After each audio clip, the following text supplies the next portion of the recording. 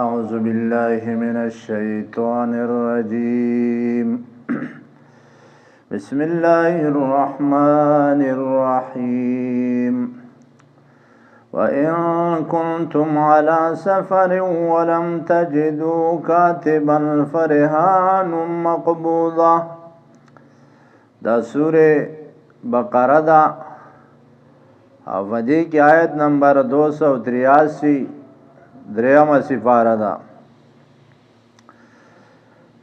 فدی آیات کریمه کی تدق لین دین باره کی بحث ده ده تعلق ده مخی آیات سره ده آیت المدائن سره و باقی کی ذکر ده بیع معجل و پا کتابه ده و فاشهاد سره نو ذکر کئی بیا معجل فرحن گانا کولو سرا لگی اعتمادی نو گانا تی واخلا او کډیر اعتماد وی نو بیا حکم د امانت دی نو چې وس چا سرا سودای کې او سړی باندې اعتماد نشتا نو سشیتی گانا کا الله فرمای وَإِن كُنتُمْ عَلَى سَفَرٍ کچری ای تاسو په سفر باندې ولم تجدوا کاتبا تاسو کاتب و نموندو فرحان مقبوضا نو غانا غستل جایز دی قبضه کړی شوی غانا غستل دا کافی دا فإن امن بعضکم پس کچری اعتبار وکو بعض استاسو نه بعضن فبعض نورو باندې فلیؤدی الذی اؤتمنا نو ادا دی کړي هغه کس چې اعتبار کړی شوی دی امانته پاغه باندې د حق فل ولیتق الله رب او ودی ریږي د الله نه چې رب ده مطلب دا چې امانتدار ته وګرځولې غاڼې در نواغستا نو ته هم د الله نه ویریږه او دا امانت ادا کا ولا تکتموا الشهاده او مپټوي تاسو گواہی لرا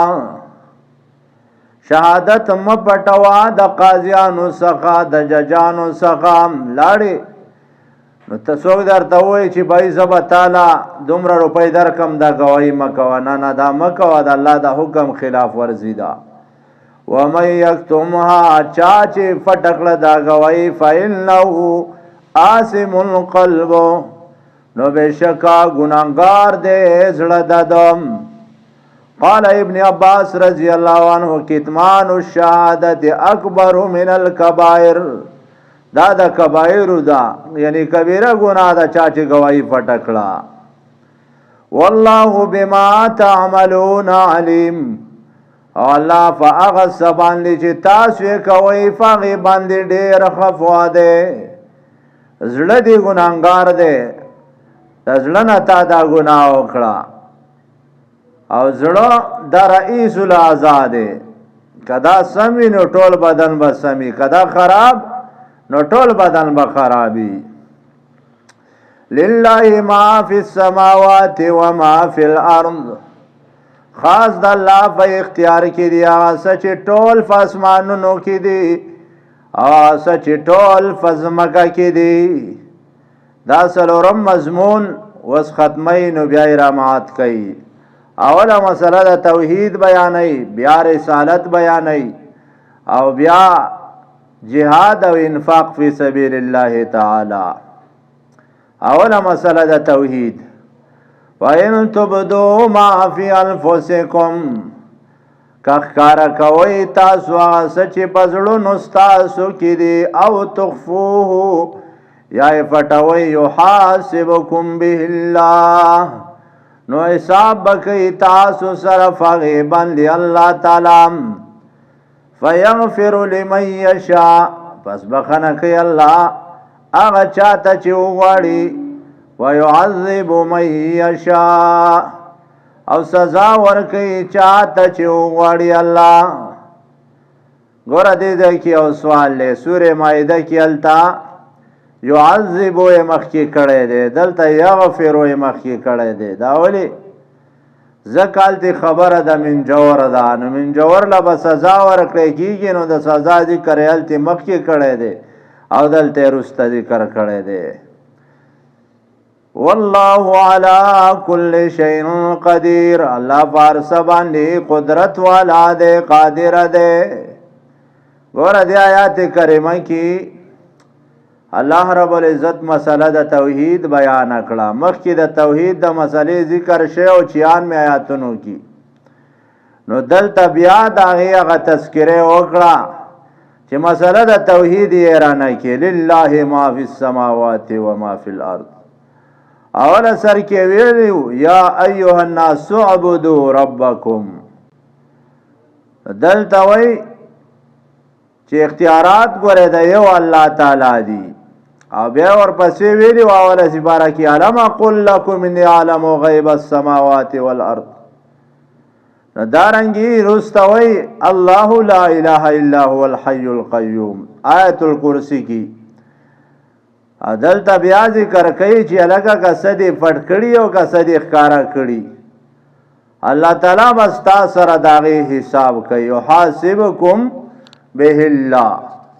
او د دې نه مراد علماء کرام ذکر کوي چې وساوس د دې نه مراد نه دي، ځکه وسوسې خو په خپله ځي او راځي. شاه ولی الله رحمه الله تعالی الفوز الکبیر کې لیکي چې دا د باب د تخصیص العام نه دی. رستنی آیات په هغې کې د دې اظهار کوي لا یکلف الله نفسا الا وسعها. نو مراد د دې نه وساوس نه دي، د دې نه مراد اخلاص دی او نفاق دی. حدیث النفس او وساوس هغه مراد نه دي، ځکه چې د الله د طرفه تکالیف شاقه نشته. فاعل چې کوم دخلی هغه مراد شو، نو وساوس له مؤاخذات ځکه نشته. نو په دې آیات کې دا وسوسه مراد ندی. تفسیر مدارک جواهر معارف القرآن والا هغه دا ذکر کوي. دلته وی چې ان تبدو ما فی انفسکم او تخفوه یحاسبکم به الله. هلکه که څرګندایې معنا اخلاص کوئ تاسو، او که پټوئ معنا چې نفاق کوئ، الله به در سره د هغې حساب کوي. نو د دین هغه څه مراد دي چې هغه د انسان فطاقت کی په اختیار کی. مراد تینا رضائل دی، منافقت، ریاکاری، عاصیت، حب الدنیا، اما تا چوایو فختو دا دغه شان غضب، تکبر، عجب پسندی، غلط امیدونه، دا ټول رذیله خویونه دي. حسد شو، نحوست شو، ازړه سره چې کومه تعلق دی، دا د جاهلیت کارونه دي. نو په دې آیات کریمه کې ذکر د اخلاص دی او د نفاق دی. د دغه رذیله خوینو مقابله کې عجز دی، عاجزی دا، شکر دی، توکل دی، بردباری دا. نو مراد د دینه وسوسه نه دي. که مراد تی وسوسه شي، نو کستا په زړه کې بیا څه وسوسه راشي، وسوسه راغله، نو ته به نه ساره، ته به هغه وباسې، د هغې د ختمولو کوشش به کې، ته به په هغې باندې نه خوشحاله کېږي، هغې باندې به ته ستومانه یې. نو ذالک صریح الایمان، دا کره ایمان دی. صحابي راغی نبی علیہ السلام ته وی یا رسول الله صلی الله علیه وسلم، زما په زړه کې وسوسې راځي، که زه په خوله باندې ویمه نو خوشحاله پدې یم چې وسوځم، خدا نه ویم. نبی علیہ السلام فرمایي ذالک صریح الایمان، وسوسې هر چا ته راځي خو ته به ختمې، د ختمولو کوشش بکې، که نه دې ختموله نو دا جرم دی. نو د ختمولو کوشش بکې، الله تا پدې باندې نه رانیسي. صحابي راغی نبی علیہ السلام ته فرمایي ما ته سوچونه راځي،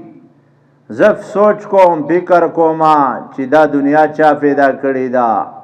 بیا دارنګي ز چا پیدا کړم، زما فلار چا پیدا کو، زما نیکه چا پیدا کو، تر دې چې آدم علیه السلام چا پیدا کو نو بیا چې الله ته ورسما نو بیا فمن خلق الله نو الله چا پیدا کو بیا الله چا پیدا کو نبی علیہ السلام ورته فرمای اعوذ بالله وایا فکر بدل کا کنا سوچ دی اختیاری دی الله با تعالی بیا د دې سزا درکړي دا سوچ به بیا نه کې نو ګورا چې وسوسه د تراغلی نو ته به د دې د ختمولو کوشش کې او دې آیات کریمه کې د الله د توحید مسله بیانوي نو الله فرمای چې کته سخت کارا کې او کفټه الله به در سره داغي حساب کوي که اخلاص دی وکړو الله ته فتح دا که نفاق منافقت دی وکړو داغي هم الله ته فتح دا او الله فارس باندې قدرت والا دی بس